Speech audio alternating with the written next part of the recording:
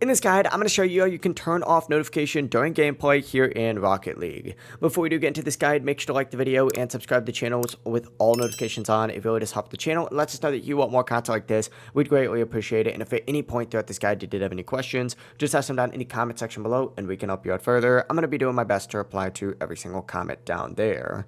Now, if social notifications keep popping up while you're playing Rocket League and it's distracting you, this is going to help with that. Essentially, from the main menu, go ahead and go to your settings or options and then into your settings, and then go over to this interface tab right here and scroll down until you see notifications during gameplay. It should say social notifications during gameplay. If it is checked for you, go ahead and simply uncheck it just like so. And as soon as it's disabled, friend requests aren't going to pop up during gameplay, party invites won't erupt your screen, and club notifications won't appear mid-match. This will keep your screen kind of clean while you do play. Now, even with this turned off, you can still check notifications anytime. You just have to open up options and then R2 to open up your friends menu. This will work in game or in the main menu as well, but you can see your notifications in here by going to this notifications tab just like so. If you guys did have any questions, just ask them down in the comment section below and we can help you out further. I'm going to be doing my best to reply to every single comment down there. Before you do leave this guide, make sure to like the video and subscribe to the channel with all notifications on. It really does help the channel and lets us know that you want more content like this. We'd greatly appreciate it. Have a great rest of your day though. Peace.